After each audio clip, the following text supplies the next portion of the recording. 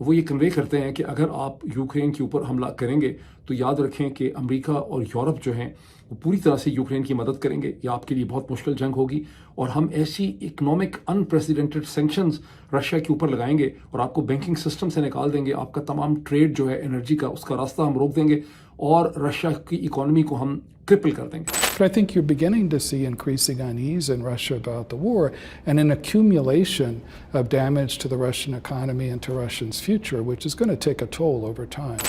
اب اس کا ایک رزلٹ یہ نکلا ہے کہ رشیا کی اکانومی ابھی تک کرپل نہیں ہوئی لیکن جرمن اکانومی جو ہے وہ آلموسٹ بہت بڑے بحران کا شکار ہو چکی ہے. آپ میں سے شاید چند لوگ اس سے واقف ہوں. گزشتہ 24 گھنٹوں میں جو وہاں کے نئے چانسلر تھے اولف شولز، ان کی حکومت جو ہے وہ برخاست ہو گئی ہے، اس کو ریزائن کرنا پڑا ہے بیکاز جرمن اور نئے الیکشن ہوں گے کیونکہ جرمنی کی ریلائنس جو تھی اکانومی کی وہ 3 چیزوں کے اوپر تھی. ایک جو ان کو چیپ انرجی ملتی تھی، سستی gas and fuel from Russia. Second, ان کے پاس ایکسپورٹ مارکیٹس تھیں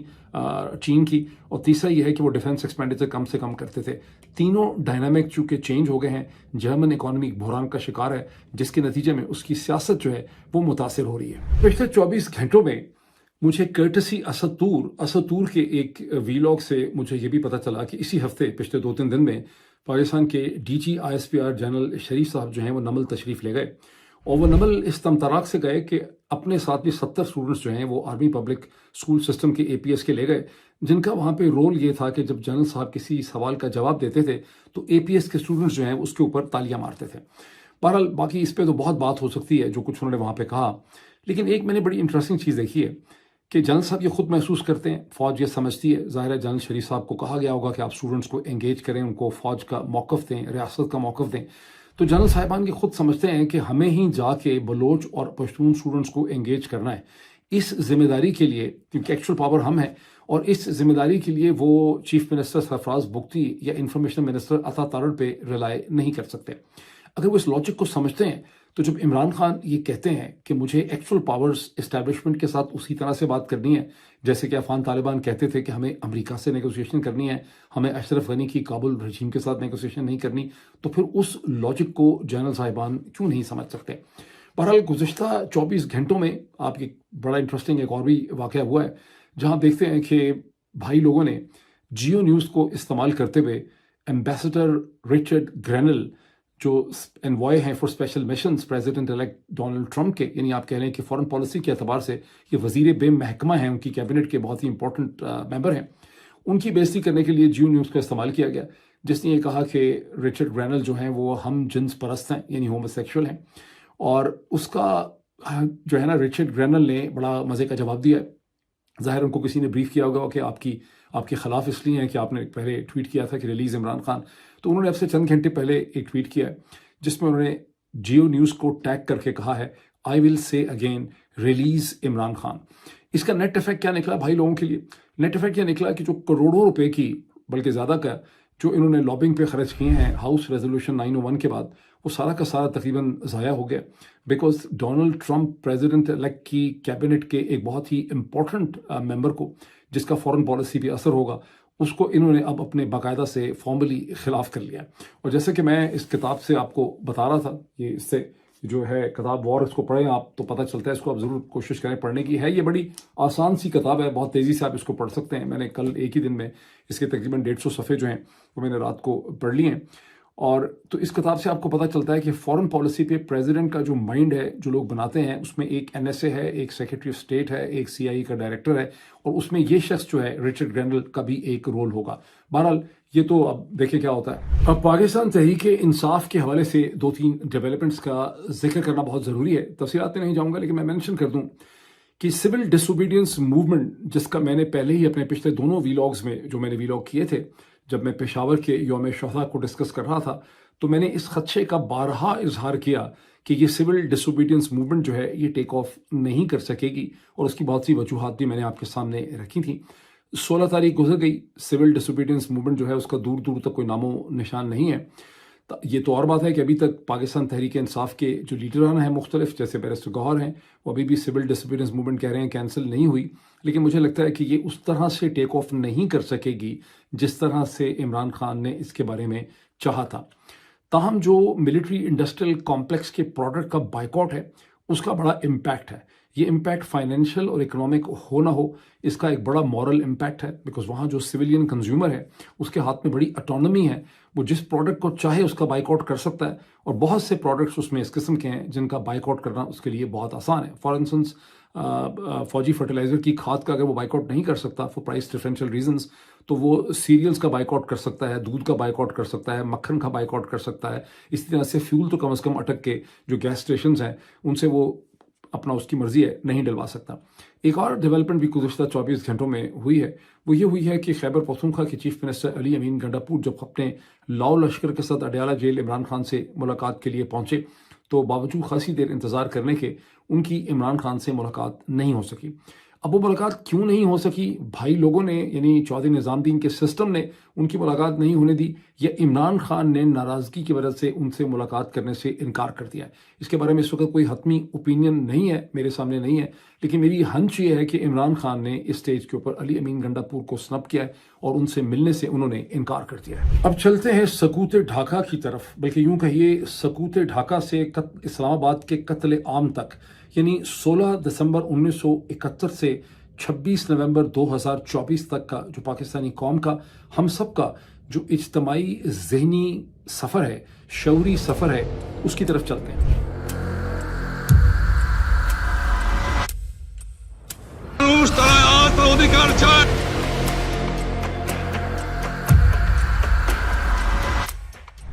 جب آپ پاکستانی آتھرز کی، retired army officer, civil servants کی ہسٹوریوگرافی دیکھتے ہیں فارمیشن اور کریشن آف بنگلہ دیش یا سرنڈر کے حوالے سے، تو آپ دیکھتے ہیں کہ اس میں بہت زیادہ جو زور ہے ان کا،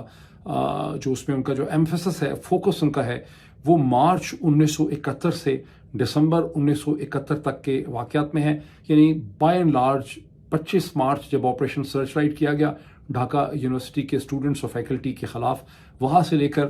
16 دسمبر 1971 تک جب جنرل نیازی کی ایسٹرن گیرزن جو ہے اس نے جنرل جگجیت سنگھ اروڑا کے سامنے پلتن میدان کے اندر انہوں نے ہتھیار ڈال دیے اور سرنڈر کر دیا.